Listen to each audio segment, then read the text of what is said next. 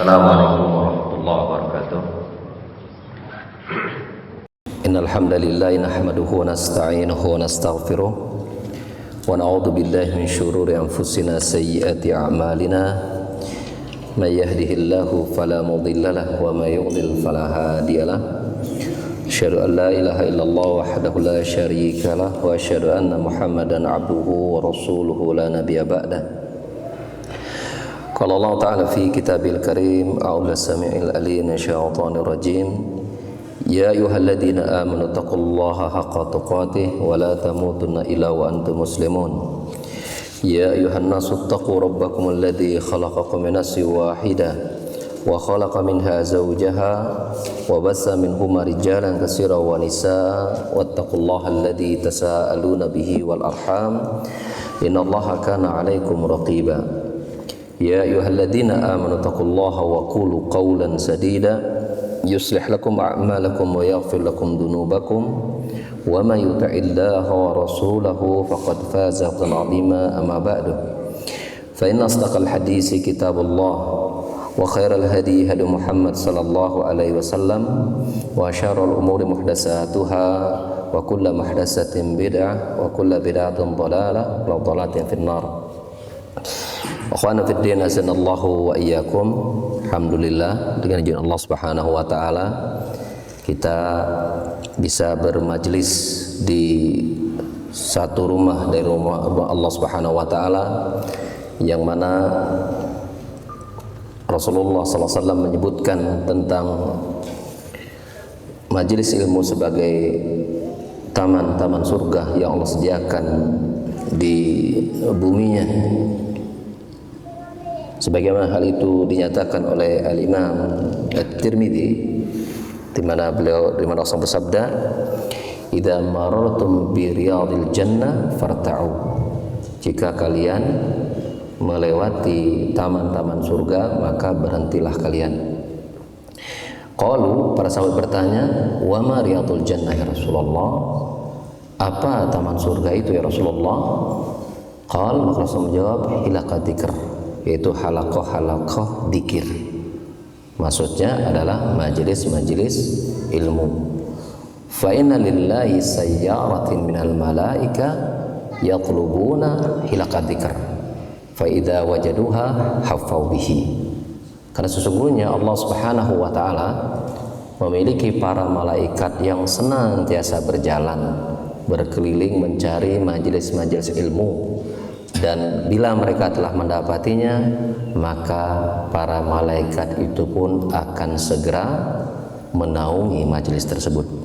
Maka kita mengatakan ahlan bi talibil ilmi, selamat datang wahai para penuntut ilmu di taman-taman surga Allah Subhanahu wa taala, di satu rumah di rumah-rumahnya. Ikhwana fillah azanallahu wa iyyakum, berdasarkan materi yang kemudian ditentukan oleh yayasan ya untuk hari ini ya, karena mestinya sebagaimana Ustadz kita Ustadz Abu Haidar Hafizahullah Ta'ala yang menyampaikannya, cuman kebetulan beliau hari ini sebagaimana sudah diketahui sedang mengadakan perjalanan umroh ya, dan Allah Subhanahu wa taala melancarkan urusan beliau dan segera kembali ke tempat kita. Itu berkenaan materi yang ditentukan adalah tentang tazkiyatun nufus pada hakikatnya, yaitu upaya kita untuk mensucikan hati kita. Pemilihan materi ini sebenarnya materi yang sangat sangat sering sepertinya ya dibahas ya. Jadi saya sebenarnya bingung juga saya harus memulai dari mana. Malah mungkin antum lebih paham dari ana barangkali materi itu. Tapi hanya saja memang bahwa agama itu adalah nasihat ya, ad-dinu nasihat. Agama itu adalah nasihat.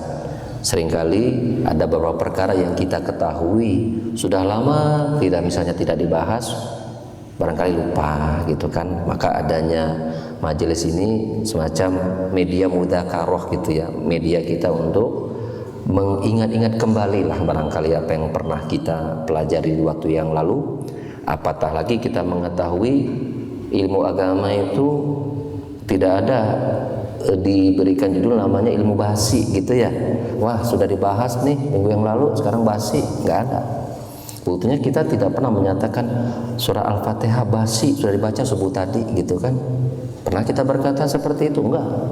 Dia adalah mukjizat. Agama ini adalah mukjizat, selalu dibutuhkan oleh setiap hamba dan setiap tarikan nafas mereka.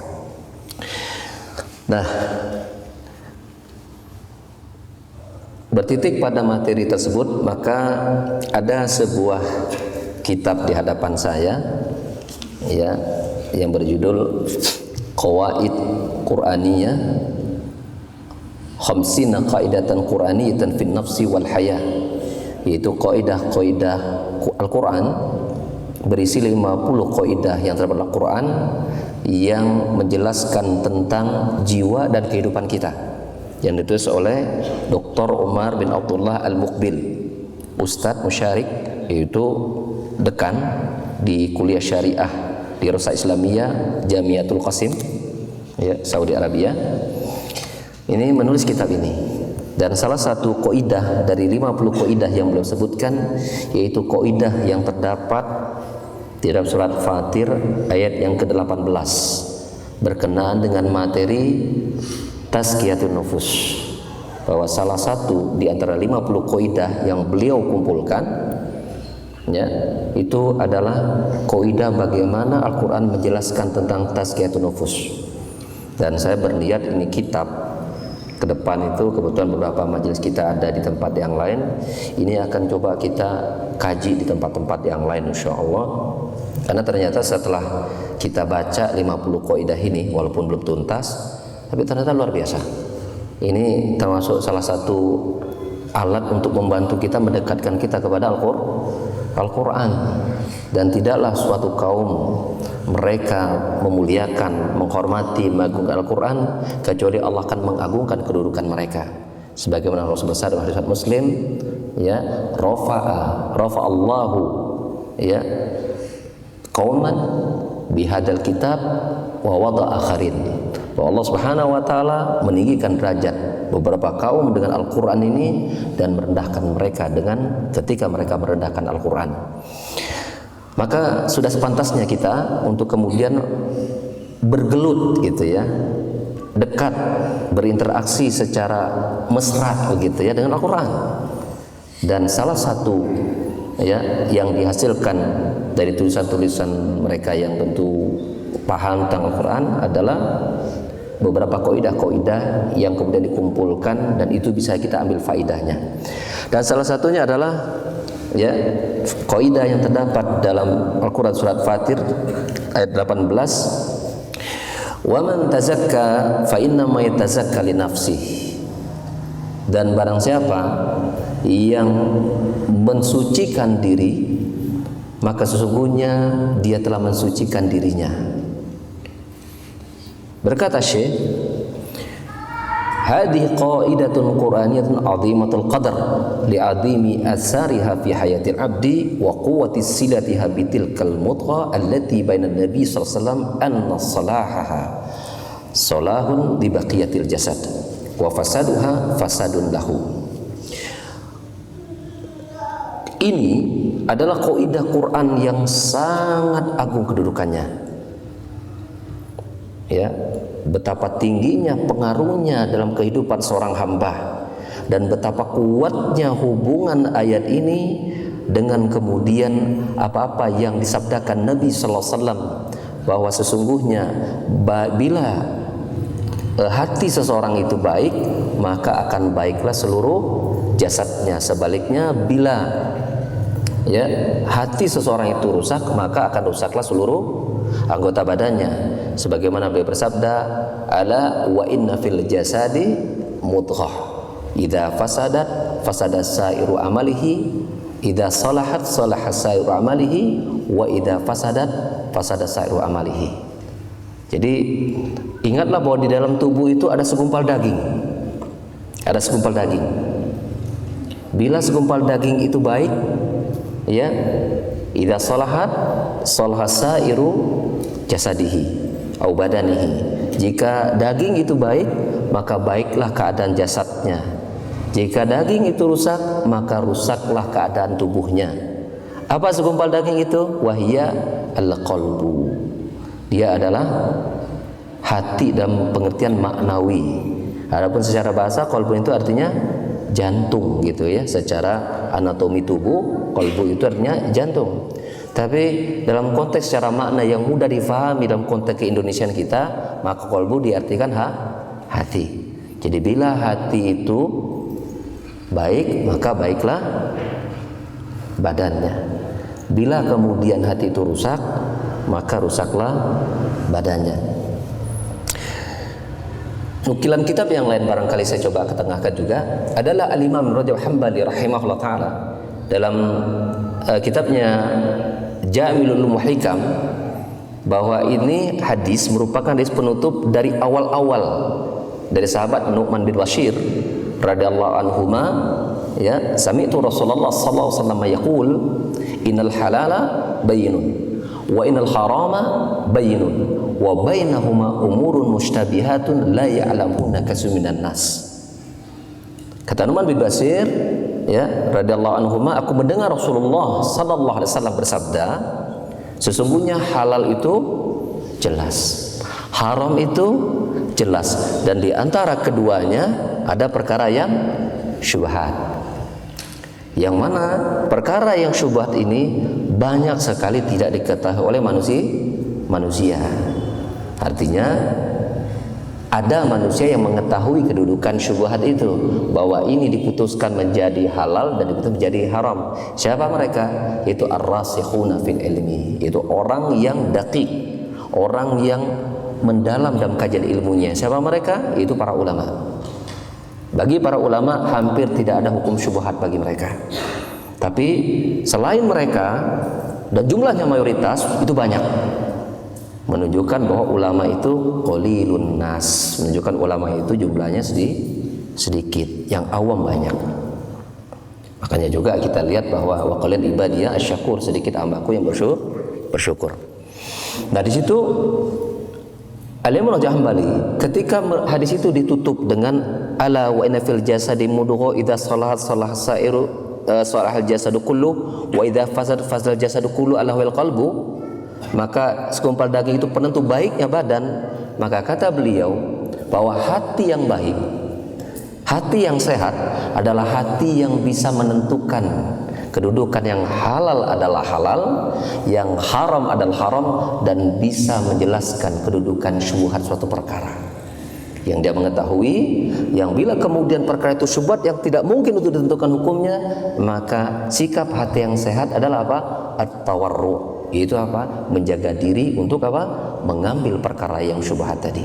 Dan tentu syarah hadis itu panjang, tetapi berkaitan dengan materi kita, bahwasanya bagaimana kedudukan hati itu begitu penting bagi baiknya anggota badan kita. Dan salah satu bagian dari anggota badan kita yang kemudian memberikan efek positif ataupun negatif yang cukup besar adalah lisan kita, ya kan? Lisan kita. Yang mana Rasulullah SAW berkata kepada Mu'adz bin Jabal bahwasanya seseorang itu tersungkur wajah dalam api neraka, tersungkur dalam neraka, itu disebabkan kerongkongan mereka, yaitu karena lisan mereka. Dan itu semua merupakan buah dari bersih dan tidaknya hati yang ada pada pemilik lisan tersebut. Berikutnya bahwa at-tazkiyatu tutlaqu wa yuradu biha ma'nayan, bahwa tazkiyah, ya, kita sering dengar kata tazkiyatun nufus. Pada hakikatnya ketika itu diungkapkan, maka dia memiliki dua makna tazkiyah itu. Al-mana al-awwal at-tathhir. Mana yang pertama, tazkiyah itu artinya pensucian, sebagaimana ma'ruf sering kita dengar. Hal ini didasarkan pada firman Allah Subhanahu wa taala ketika menggambarkan tentang Nabi Yahya. Ya, bagaimana Yahya itu wa zakatan wa kana naqiyan. Dia adalah seorang yang membersihkan hatinya, wa naqiyan, maknanya sama. Fa inna Allah zakahu wa tahara qalbahu wa fuadahu wa hadha ta'hirun ma'nawiyun yutlaqu ala ta'hir al-hissi yuqal zakaitu sauba idza tahartuhu. Sesungguhnya Allah Ta'ala mensucikan hatinya Nabi Yahya. Maka pensucian ini adalah bentuknya maknawi sifatnya. Walaupun kadang-kadang makna pensucian juga bisa berarti pensucian secara hissi, artinya secara indrawi yang bisa diraba ya oleh panca indera kita, sehingga ketika ada ucapan dalam bahasa mengatakan zakaitu sauba, aku sedang mentazkiyah pakaianku, artinya aku mensucikan pakaianku, artinya kita bersihkan dari kotoran yang menempel di pakaian. Itu juga dimasukkan dengan mana itu. Ini mana yang pertama, bahwa tazkiyah maknanya artinya apa? Pensucian. Jadi sebuah usaha untuk membersihkan, begitu ya. Wal mana asani, mana yang kedua, huwa az-ziyadah. Tazkiyah bermakna bertambah artinya. Jadi tidak selamanya kita kemudian mendengar kata tazkiyah itu berarti maknanya hanya muncul pada kata apa? Pensucian. Tapi di kata tazkiyah juga mengandung makna artinya bertambah. Seperti yuqal zakal mala yasku idanama. Seseorang dia mentazkiyah hartanya. Ya, maksudnya apa? Dia menzakatkan hartanya.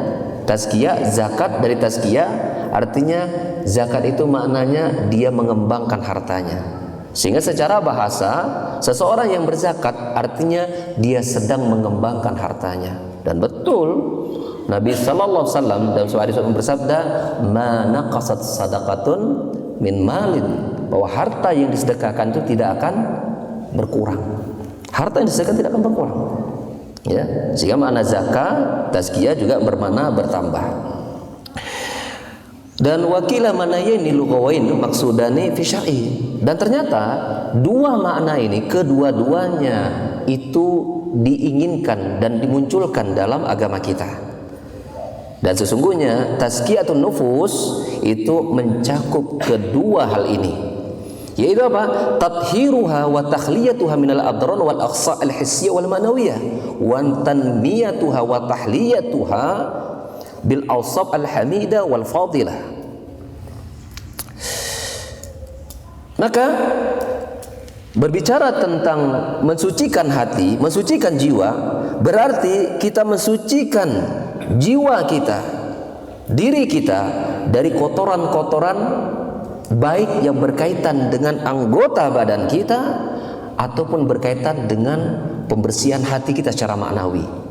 Dan tentu kita lihat banyak bagaimana agama kita mengajarkan bagaimana kita juga mensucikan, membersihkan tubuh kita, anggota badan kita. Bahkan kita lihat dalam sholat misalnya, ya, para ulama menyebutkan bahwa di antara salah satu min syurutis shalah adalah at-taharah. Di antara syarat sahnya sholat adalah bersuci.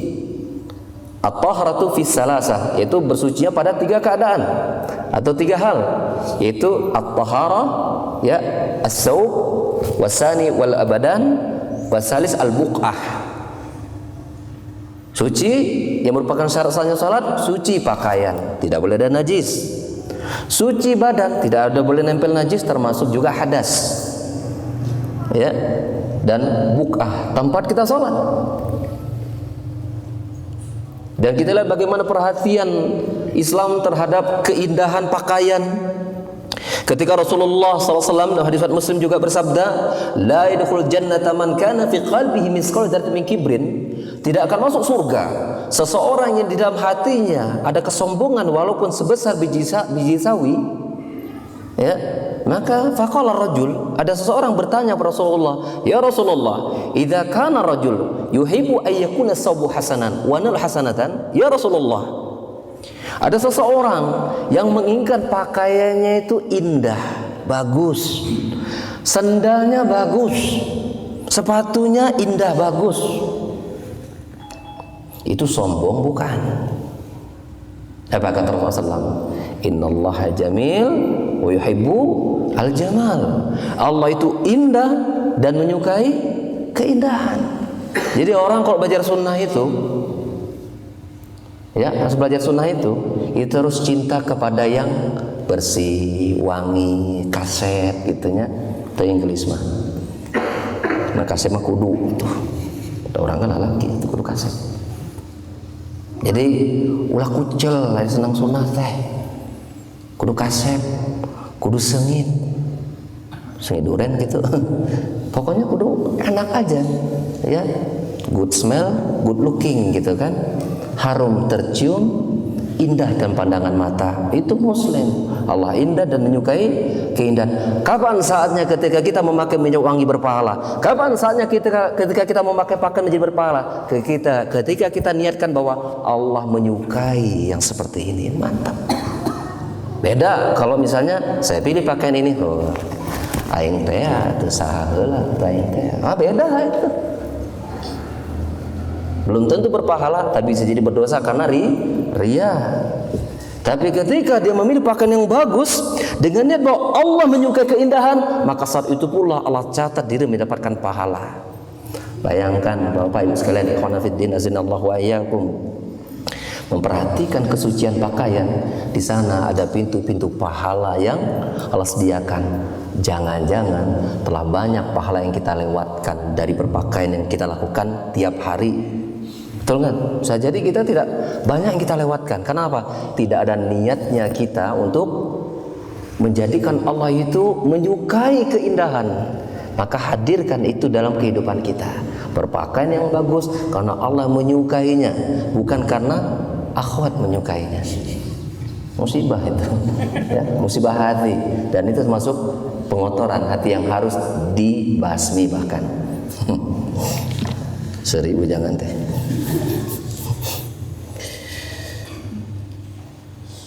Selain bahwa tazkiyah itu mengandung pembersihan kotoran-kotoran baik yang ada dalam secara maknawi berupa hati kita dan kotoran-kotoran anggota badan, pakaian kita, maka berkaitan dengan makna bahwa tazkiyah itu juga bermakna bertambah, maka dihubungkan dengan makna itu wa tanmiyatuha wa tahliyatuha bil awsaf al hamidah wal fadilah. Maka juga tazkiyatun nufus artinya dia jiwa kita itu harus ditumbuhkan dan dihiasi dengan sifat-sifat yang terpuji dan mengandung keutamaan-keutamaan yang tinggi. Jadi tidak cukup kita mengatakan bahwasanya saya enggak sombong kok, saya enggak iri. Bersih tuh, penyakit sombong hilang, penyakit iri hilang. Sudah dibiarkan begitu saja? Tidak. Hiasi berikutnya, setelah itu dikosongkan dari kotoran-kotorannya, maka hiasi, penuhi dengan sifat-sifat yang indah. Apa coba kalau misalnya lawannya iri? Berarti apa? Apa lawannya iri? Apa lawannya sifat iri apa? Yang baik. Apa lawan sifat iri? Hah? Lawan sifat iri apa? Sifat yang baik. Hah? Tidak iri. Gitu aja kok repot. So, saya juga nggak tahu apa lawannya. Kita jangan iri, ya. Kita bersihkan hati kita dari sifat sombong. Berarti harus kita hiasi diri kita dengan apa? Sifat. Jangan tidak sombong. Ini ada yang ini mah. Apa? Tawadhu namanya. Ada kalau itu mah. Tawadhu. Ini yang disebut dengan tazkiyatun nufus. Jadi berbicara tentang pesucian jiwa kita, langkah pertama, bersihkan hati kita dari kotoran-kotorannya, kemudian datangkan sifat-sifat terpuji, sifat-sifat yang indah menghiasi hati kita. Ini namanya tazkiyatun nufus. Secara pengertian seperti itu tazkiyatun nufus.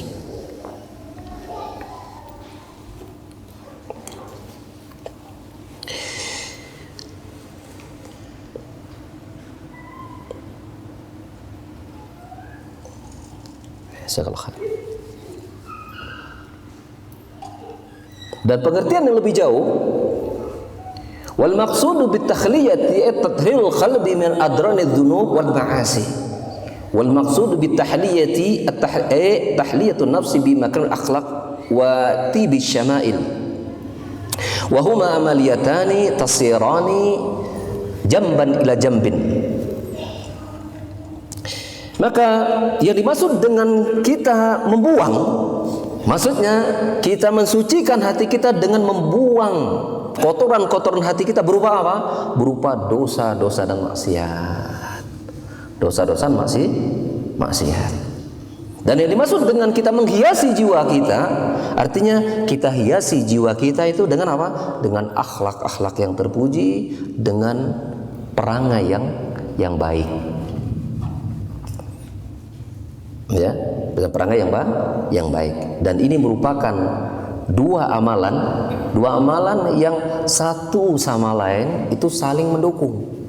Satu sama lain saling mendukung. Fal mu'min mutalabun. Maka seorang mukmin itu dituntut bitanaqqi minal uyub karya wal kibr wal kadhib wal ghish wal makr wal khida' wal nifaq wa nahwi dzalika min al akhlaqir radhilah wa mutalab bitahalli bil akhlaqil jamilah min as-sidqi wal ikhlasi wat tawadhu wal lail janib wan nushi lil ibad was salamati sadam min al hiqd wal hasad wa ghairihi min al masawi al akhlaq fa inna tazkiyatahu ya'udu naf'uha ilaihi wa yasilu maqsuduha ilaihi laisa yudai'u min amri syai'un. Maka Syekh Abdul Rahman As-Sa'di ketika menafsirkan ayat ini ya dalam kitab tafsir beliau yaitu Taisir Karimil Mannan min Kalamil Mannan ya, Taisir Karimir Rahman min Kalamil Mannan, beliau berkata, maka seorang mukmin itu mutalabun bitanaqi minal uyub, dituntut untuk mensucikan jiwanya dari aib-aib, dari celah. Berupa apa? Karya, seperti riya. Ya, seperti riya. Riya itu akar katanya dari ru'yah, ingin dipuji orang karena apa yang dilihat ataupun yang didengar. Maka sum'ah pun para ulama masukkannya dalam perbuatan riya. Dan berbicara tentang riya, didudukan oleh Syekh termasuk penyakit yang pertama yang paling berbahaya. Kedua adalah kibr. Ini saya kok bahas ini saja, ini antum tentang masalah riya saja, itu udah pembahasannya panjang itu. Mengapa kemudian diletakkan pada yang pertama? Karena inilah penyakit yang paling Rasulullah SAW takutkan menimpa kepada siapa? Pada para sahabatnya. Beliau berkata dengan para sahabatnya, Inna akhwafu ma akhafu alaikum asyirk al-asghar. Sesungguhnya perkara yang paling aku takutkan menimpa kalian adalah apa? Syirik kecil. Syirik kecil. Wahya ar-riya. Yaitu apa? Riya. Asy-Syaikh Al-Utsaimin dalam syarah kitab Qaul Mufid mengatakan, bila para sahabat saja orang yang kemudian yang paling baik hatinya, kata Abdullah bin Mas'ud, Allah berkata bahwa para sahabat itu adalah apa? Manusia yang paling baik hatinya, wa adaqu ilman, yang paling dalam ilmunya, wa aqallu takallufan, yang paling sedikit bebannya. Tapi kemudian keadaan mereka yang sudah demikian baik indahnya sehingga menjadi pendamping-pendamping Rasulullah SAW, masih ditakutkan oleh Rasulullah menimpa penyakit yang satu ini. Kalau para sahabat masih dikhawatirkan itu menimpa pada diri mereka, wa nahnu min babil aula, maka komodai orang. Apalagi kita sahabat bukan sahabat, tapi sahabatnya si Amin, bukan sahabat Rasul. Sahabat tetangga kita, bukan sahabat Rasul. Maka kita lebih membutuhkan kewaspadaan terhadap penyakit riya. Makanya penyakit yang Rasul paling khawatirkan. Lihat, setelah para sahabat, antum perhatikan, tidaklah lafaz iman. Ketika misalnya kita bicara tentang innal insan lafi khusr, setiap manusia itu merugi kecuali mereka yang beriman. Ketika kita bicara tentang surah Al-Asr itu, kecuali mereka yang beriman tidak akan rugi. Kalau itu dulu para sahabat, maka kita mengatakan orang-orang beriman pada saat itu mereka adalah mantan musyrikin. Betul kan? Betul tidak? Mantan musyrikin. Berarti orang beriman hanya dikatakan iman sah bila dia bertauhid, dan salah satu sempurnanya tauhid, dia harus menghilangkan penyakit syirik. dan riya merupakan di antara perkara Rasulullah takutkan. Para sahabat dulunya meninggalkan kesyirikan besar, meninggalkan penyembahan berhala, kemudian menjadi mukmin dengan keimanan mereka. Setelah itu Rasul khawatirkan kesyirikan kecil yang menimpa mereka, para sahabat. Maka kita mestinya harus lebih khawatir dengan penyakit itu. Ini penyakit yang paling berbahaya. Saya ambil contoh tadi, kita memilih pakaian, terancam riya dalam kehidupan kita. Apakah kita berpakaian itu agar kemudian kita ingin agar Allah tersenyum melihat kita karena kita indah, karena Allah menyenangi keindahan, atau kita ingin si fulan atau si walah tersenyum dengan pakaian kita? Memilih rumah, memilih kendaraan, memilih pekerjaan, memilih istri, termasuk memilih istri mungkin juga ingin kemudian atau saya punya istri agar manusia memuji kita. Beratnya hidup ini, beratnya kita mengurus hati kita. Untuk ngurus riya saja itu gak habis-habis, tiap hari berjuang. Itu yang pertama. Yang kedua, al-kibr. Termasuk penyakit kedua yang berbahaya dan penyakit hati adalah kesombongan. Dan berkaitan dengan hadis yang kita baca, ternyata kesombongan yang Rasulullah maksudkan, yang kemudian Allah mengharamkan surga bagi dirinya walaupun itu ada sebesar biji sawi melekat dalam jiwanya, itu apa? Ketika seseorang itu batarul haqqi wa ghamtun nas, ketika dia apa? Menolak kebenaran dan merendahkan manusia. Dan salah satu bahaya buruknya kesombongan itu susah masuk surga. Susah masuk surga. Susah masuk surga itu kalau orang sombong. Mujahid, seorang murid Ibn Abbas radhiyallahu anhu, berkata, "Lan yanalal ilma mustakbir wala mustahi." Ilmu itu tidak akan sampai bagi orang yang sombong atau orang yang pemalu. Sementara kita tahu bahwa ilmu adalah jalan menuju surga. Sebagian Allah bersabda, "Man salaka tariqan yaltamisu fi ilman, sahalallahu bihi tariqal jannah." Barang siapa yang bersusah payah untuk menuntut ilmu, Allah akan mudahkan jalan baginya menuju surga. Berarti seseorang yang kemudian terhalang mendapatkan ilmu, maka dia terhalang untuk menuju surga. Dengan sebab apa? Kesombongan yang apa pada dirinya, yang mana dia tidak mau menerima kebenaran yang datang kepada dirinya. Maka hati-hati kita dengan diri kita. Bila sesuatu itu benar, walaupun itu datang dari mulut istri kita, ambillah itu. Kita jangan kemudian merendahkan nilai kebenaran. Seolah-olah kita mengatakan bahwa kebenaran itu hanya pada saya, suamimu, istri tidak ada benarnya misalnya. Hati-hati kita. Karena Allah mengancam, bila itu ada sebesar biji sawi saja pada diri kita, Allah haramkan surga. Tidakkah kita merasa khawatir dengan diri kita? Maka al-haqqu ahaqqu ayyuttaba, bahwa kebenaran itu berhak dan lebih pantas untuk diikuti dari manapun itu. Penyakit yang kedua harus kita perjuangkan untuk kita hindari juga adalah penyakit kesombongan kita, yaitu menolak kebenaran dan merendahkan manusia. Yang ketiga adalah wal kadzib, dusta. Berbahaya dusta itu. Karena Rasulullah SAW bersabda hadis Muslim, wa iyyaka wal kadzib, fa inal kadzib yahdi ilal fujur, wa inal fujura yahdi ilan nar, wa la yazulul abdu yakdhubu wa yataharra al kadzib hatta yuttaba inda Allah kadzaban.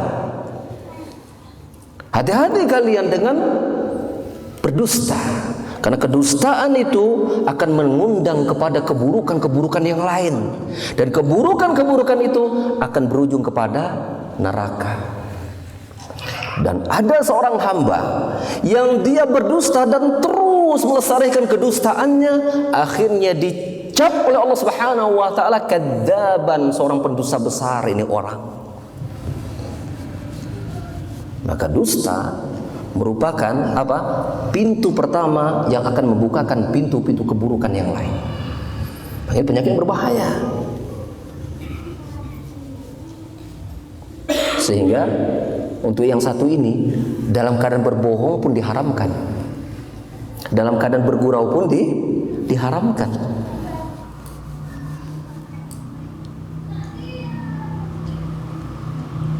Rasulullah menjamin sebuah tempat di surga, ya, ana za'imun bi rawdatin fil baiti fil jannah man tarakal, ya, man tarakal man taraka al mira man tarakal kadhib wa in kana muhiqqan, dan seterusnya. Aku menjamin, ya, aku menjamin adanya sebuah tempat yang ada di surga bagi mereka yang meninggalkan apa? Dusta. Walaupun dalam keadaan dia bergurau, walaupun dalam keadaan dia bergurau, ya, mereka meninggalkan dusta walaupun dalam keadaan dia bergurau. Jadi untuk dusta ini, walaupun itu bergurau, termasuk penyakit yang berbahaya bagi jiwa kita. Berikutnya ada wal ghish, yaitu menipu. Berikutnya ada wal makar, mengadakan tipu daya, ya, maknanya sama juga dengan wal khida. Wan nifaq, juga kemunafikan. Ya, kemunafikan itu adalah di mana hati dan kenyataan, perkataan, perbuatannya menyelisihi kenyataan, atau hati dan apa yang terlihat itu berbeda.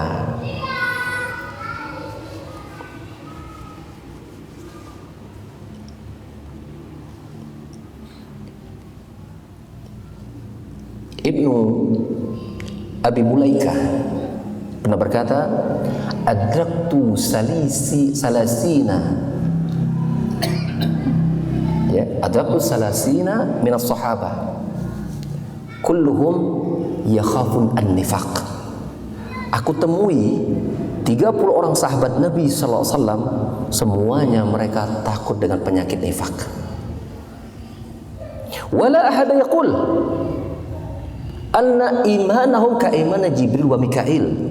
Tidak ada seorang pun dari mereka yang pernah berkata bahwa iman kami seperti imannya malaikat Jibril dan Mikail. Tidak ada. Semuanya mereka takut dengan penyakit yang satu itu, penyakit nifaq. Ya. Ini dituntut oleh seorang mukmin untuk disucikan dari hatinya.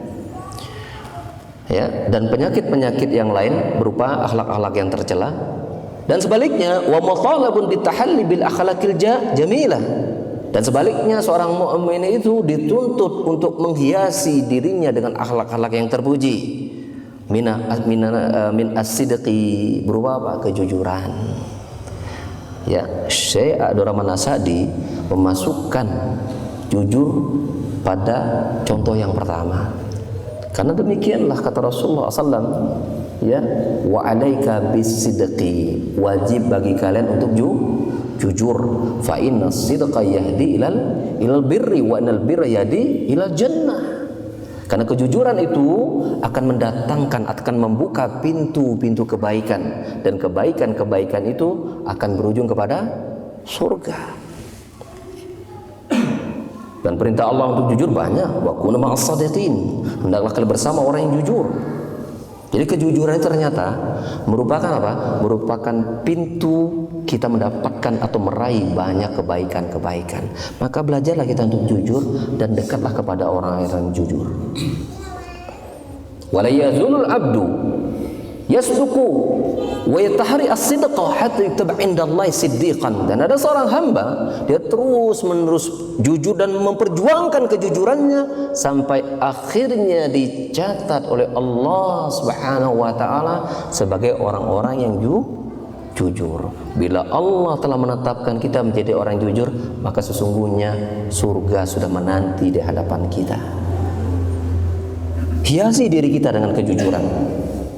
Belajar kita untuk jujur, ya, sekuat mungkin, ya, kita untuk jujur.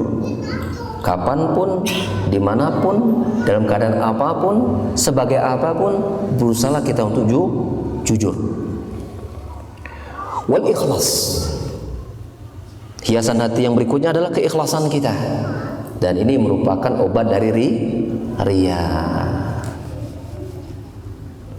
Kalau ikhlas itu mudah apa susah ya? Ikhlas itu mudah apa susah? Hah? Jawabannya mudah susah.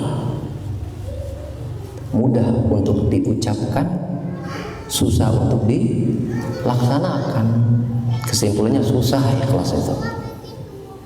Seorang ulama sekali Sufyan Ats-Tsauri itu pernah berkata, ma alajtu alayya ashadda min niyyati.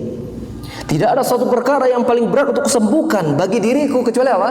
Kecuali niatku. Itu untuk sekali berulama Sufyan Ats-Tsauri masih merasakan beratnya dirinya untuk membersihkan niatnya. Ya? Ikhlas. Yang ketiga adalah kita hiasi jiwa kita dengan tawadhu. Tawadu itu terjemahannya seperti yang tepat itu rendah hati. Bukan rendah diri ya, rendah hati. Tawadu itu. Kalau bahasa Sundanya apa? Anda pasor gitu, DP ya. Betul tidak? Anggap aja betul ya, biar cepat selesai. Tawadu. Di mana Rasulullah SAW menyebutkan, ada hadis Muslim, ma tawadha ahadun lillah illa rafa'ahullah. Tidaklah seseorang itu dia tawadu karena Allah Subhanahu wa taala kecuali Allah akan meninggikan derajatnya. Ya, tawadu. Dan tawadu ini merupakan lawan dari kesombongan kita. Ya, yang mana sombong itu apa? Menolak kebenaran dan merendahkan manusia.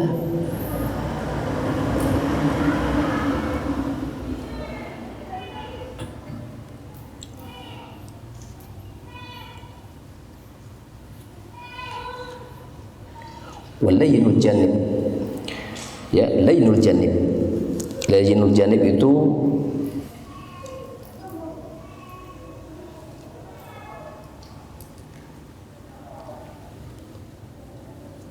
mudah bergaul lah. Ada ungkapan bahasa kita low profile. Nah, itu layyinul janib itu. Low profile. Ya, low profile mirip dengan tawadu lah. Low profile. Jadi orang itu kalau kepada dia itu nyaman gitu, nggak mikir panjang. Kalau ketemu itu, saya kayaknya nggak nyaman nih sama orang ini nih. Repot kita. Orang lihat wajah kita aja itu udah kayaknya ini muka masalah nih orang gitu. Wajah membawa masalah. Jangan. Kita harus menjadi agen-agen kebaikan dari sisi wajah gitu. Kita jangan pelit, jangan kikir kita dengan senyum misalnya. Dan Nabi mengatakan tabassum li akhika sedekah. Senyummu kepada saudaramu adalah sedekah. Senyummu kepada saudaramu sedekah. Dengan syarat senyumnya harus ada saudaranya, jangan sendirian. Senyummu kepada saudaramu adalah sedekah. Maka kita jangan miskin untuk tersenyum pada saudara kita. Yang mana pada hari ini berapa banyak senyum-senyum itu adalah punya maksud tertentu. Ada maunya, diobral senyum. Nggak ada maunya, senyum saya mahal. Harga berapa tuh senyum? Kapan Anda mau bersedekah? Dengan senyum pun Anda tidak bersedekah misalnya. Belajar kita untuk belajar murah senyum. Saya kadang-kadang suka kalau itu tuh bagi bapak-bapak, ibu-ibu yang kira-kira merasa susah senyum. Sementara mudah senyum itu adalah akhlak yang baik. Ya, akhlak yang baik. Sebagaimana bersabda hadis Muslim, la tahqiranna minal ma'rufi syai'a walau an talqa akhaka bi wajhin talaqin. Janganlah kalian meremehkan kebaikan sekecil apapun itu walau hanya bertemu dengan saudara dengan wajah yang berseri-seri tersenyum. Nah, bagi kita yang kira-kira senyum itu susah begitu ya, karena mungkin barangkali kadang-kadang sudah senyum itu karena beratnya beban hidup gitu, jadi senyum juga susah. Karena sejak dari kecil air mata saya sudah habis karena terlalu banyak tempaan kehidupan saya sehingga saya susah tersenyum karena kehidupan saya keras.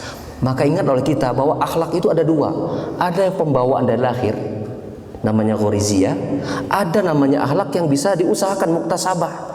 Nah, bagi kita yang punya bakat sejak kecil susah senyum, belajar untuk belajar tersenyum. Bila Anda pulang ke rumah, belajarlah tiap hari depan kaca. Saya senyum saya yang bagus gimana? Belajar untuk tersenyum yang nyaman begitu. Yang kira-kira kita merasa nyaman dengan senyum kita. Belajar, karena dia adalah sedekah yang murah. sedekah yang gampang untuk kita lakukan. Ada cara kita untuk senyum, baik kepada yang kita kenal maupun yang tidak, gitu. Wa nusulil ibad, termasuk keindahan hiasan hati yang perlu kemudian juga kita miliki adalah apa? Wa nusulil ibad, kita menasihati manusia, para hamba Allah Subhanahu wa taala. Tentu nasihat itu punya adab tentunya ya. Punya adab. Ya, itu termasuk, jadi nasihat itu, memberikan nasihat termasuk upaya kita untuk mensucikan hati. Nasihat itu misalnya dakwah, itu termasuk mensucikan hati. Karena dengan kita memberikan nasihat, ya pada dasarnya kita sedang juga mengingatkan diri kita. Dan bila ternyata orang yang dinasihati ternyata baik, bagus hasilnya, insya Allah dia akan menjadi teman kita yang barangkali ketika suatu saat kita dalam keadaan barangkali menurun, maka insya Allah dia yang akhirnya akan kembali memberikan nasihat kepada kita. Maka agama ini adalah nasihat. Ya, kita jangan pelit untuk kemudian mengajak kepada saudara kita untuk kepada kebaikan. Pernah kita ditanya kepada bagaimana caranya kita mengajak orang sholat. Ya, orang sholat nih gimana nih? Ya diajak. Caranya gimana, Ustaz? Caranya begini, yuk sholat yuk, kan gampang. Pernahkah kita kemudian ketika kita sholat ke masjid, ada orang yang lagi adzan berkumandang, sholat sudah tiba, kita lalu depannya, kemudian berkata, yuk kita sholat, atau kita mengatakan kita lepas saja? Kita coba belajar untuk ngajak, ayo lapor yuk, udah waktunya masuk nih, sholat deh, gitu. Minimal ada berkat, ayo itu orang lapor atau pasti dia akan berkata, orang nggak dipayun, bener dipayun orang teh, dia cicing, misalnya kembali orang nggak yakin nih. Tapi minimal mulut kita bergerak, mengajak. Kita jangan diam. Penting itu untuk kita latih. Kita mengajak mereka sholat.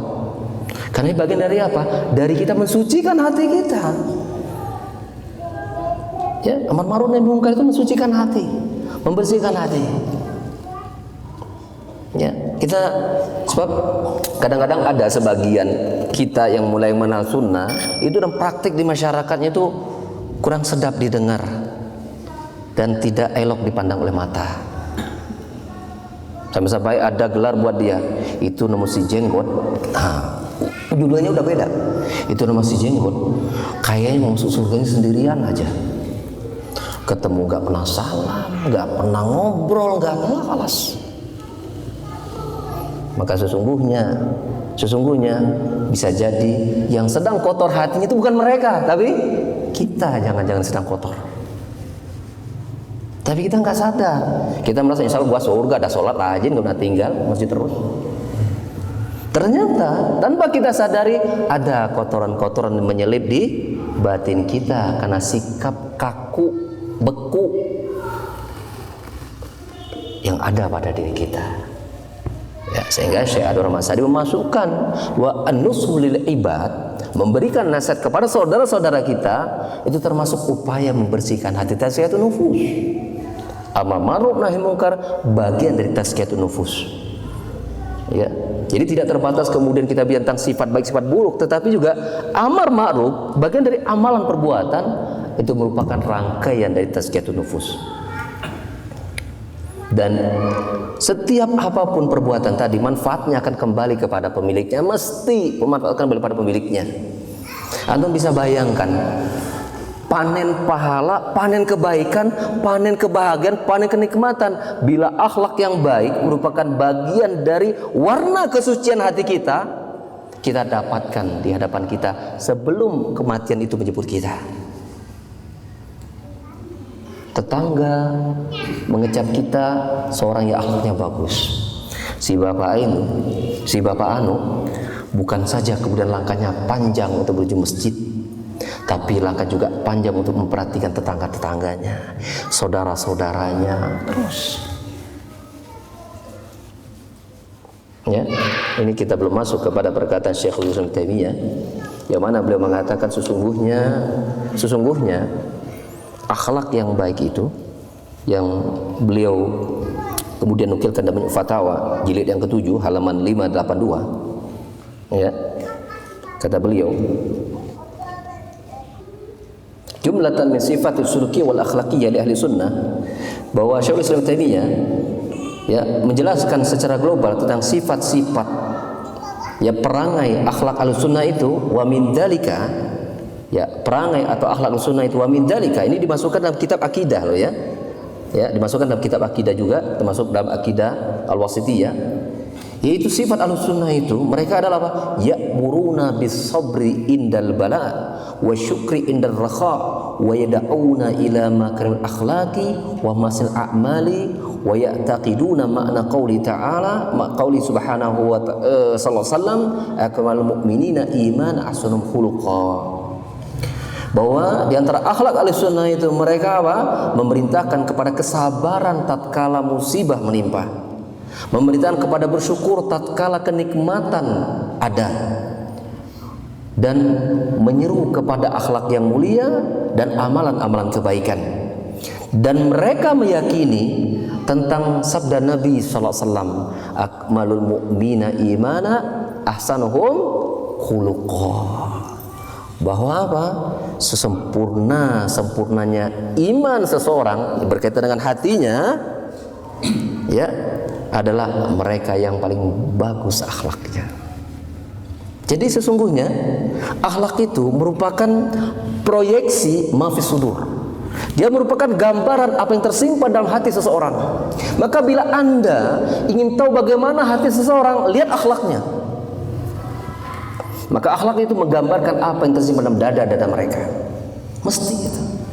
Seseorang yang sudah biasa ya apa someyah gitu ya, senyum kemudian supel segala macam nyaman, mesti muncul dalam hatinya bahwa dia tidak ingin sombong. Mesti itu.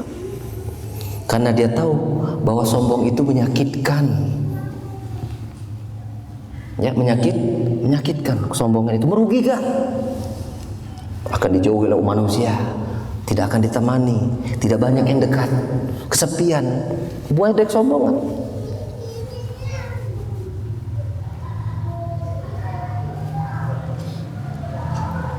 Man ta'ammala nusus al-Quran wajada inayatan 'azimatan bi maslahati tazkiyatin nufus. Barang siapa yang memperhatikan nas-nas Al-Quran, maka dia akan dapati perhatian yang sangat besar tentang masalah tazkiyatun nufus. Ya, lihatlah bagaimana Allah Subhanahu wa taala ya menceritakan tentang doa Nabi Ibrahim.